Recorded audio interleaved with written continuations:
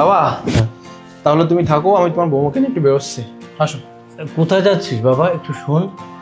হ্যাঁ বাবা বলো, কিছু বলবে? হ্যাঁ বাবা, আমি তোকে কিছু বলতে চাই। আসলে কি বাবা,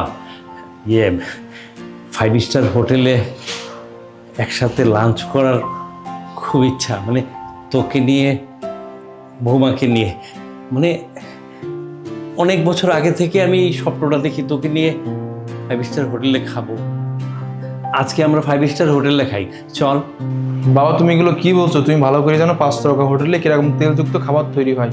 এই তেলযুক্ত খাবার খেলে তোমার অনেক সমস্যা হবে বাবা। তাছাড়া এমনি তোমার শরীরে অনেক রকম রোগ ব্যাধি আছে। তুমি বলো তুমি কি খেতে চাও? তোমার বৌমা আছে, তোমার বৌমা সব খাবার রান্না করে দেবে। হ্যাঁ বাবা, আমি নিজ হাতে তৈরি করে দিব, আপনি বলুন কি খাবেন।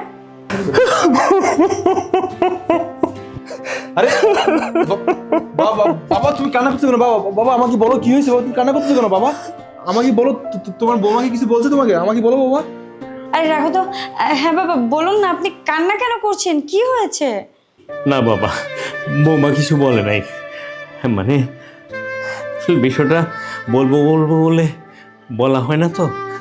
আসলে বাবা, আমরা যখন চাকরি করতাম তখন একদিন সব স্টাফরা মিলে সিদ্ধান্ত নিলাম যে আমরা 5 স্টার হোটেলে খাবো, বুঝছিস।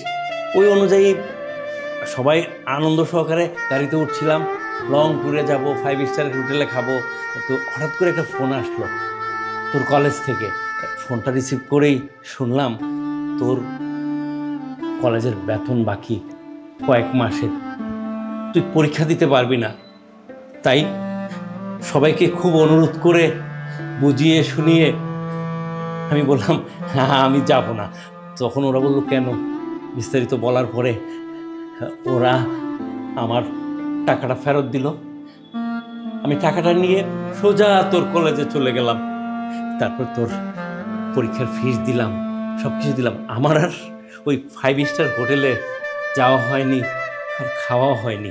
সেদিন থেকে আমার মনে একটা আক্ষেপ, কষ্ট।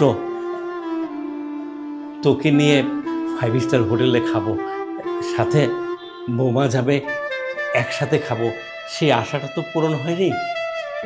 তাই আমার খুব ইচ্ছে 5 স্টার হোটেলে গিয়ে খাওয়া।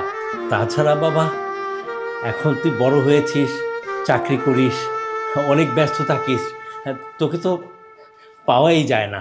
আমি বলবো করে আসলে বলাটাও হয়নি। মানে আমার খুব ইচ্ছে। আর আজকে কি হয়েছে জানিস বাবা, আমি যখন গাড়িতে আসছিলাম গাড়িটা হঠাৎ নষ্ট হয়ে গেল, তাও আবার 5 স্টার হোটেলের সামনে। ওই গাড়ি যখন ঠিক করছিল আমি দাঁড়িয়ে দাঁড়িয়ে দেখছিলাম 5 স্টার হোটেল। চোখের সামনে সেই দিনগুলোর কথা মনে পড়লো। আমার তোর জন্য আসলে যাওয়া হয়নি, তো এখন খুব ইচ্ছে হচ্ছে তোদের নিয়ে একটু 5 স্টার হোটেলে গিয়ে খাই। আচ্ছা ঠিক আছে, সমস্যা নাই, তোরা তাহলে এখন বাইরে যা, হ্যাঁ আমি বাসায় থাকি। যা বাবা। তুমি এগুলো বলবো না আমাকে, আগে বলো। আর তোমাকে বা কি বলছি, ভুলটা আমার ছিল। আমার জানা উচিত ছিল তোমার সম্পর্কে, কিন্তু আমি তোমাকে কখনো জিজ্ঞাসা করিনি। তাহলে বুঝতে পারছো সারাক্ষণ অফিস করি, অফিসের কাজ ব্যস্ত থাকি, এই জন্য হয়তো তোমাকে সময় দেওয়া হয়নি। আর শোনো বাবা, তুমি যেহেতু বলছো তুমি 5 স্টার হোটেলে গিয়ে খাবে, আমার সব কাজ কাম বাদ। আজকে প্রথমে তোমাকে নিয়ে 5 স্টার হোটেলে গিয়ে আমরা সবাই মিলে লাঞ্চ করবো, তারপরে আবার বাকি কাজ। ঠিক আছে বাবা, চলো। হ্যাঁ বাবা, ও ঠিক বলেছে, চলুন আজকে আমরা সবাই একসঙ্গে লাঞ্চ করব। ঠিক আছে বাবা, তুমি যেহেতু বলছো তুমি 5 টাকা হোটেলে খাবে, কোনো কথা হবে না। আগে তোমাকে 5 টাকা হোটেলে খাওয়াবো, তারপর আমার আর কাছে। চলো চলো চলো, আসো আসো বাবা, আসো।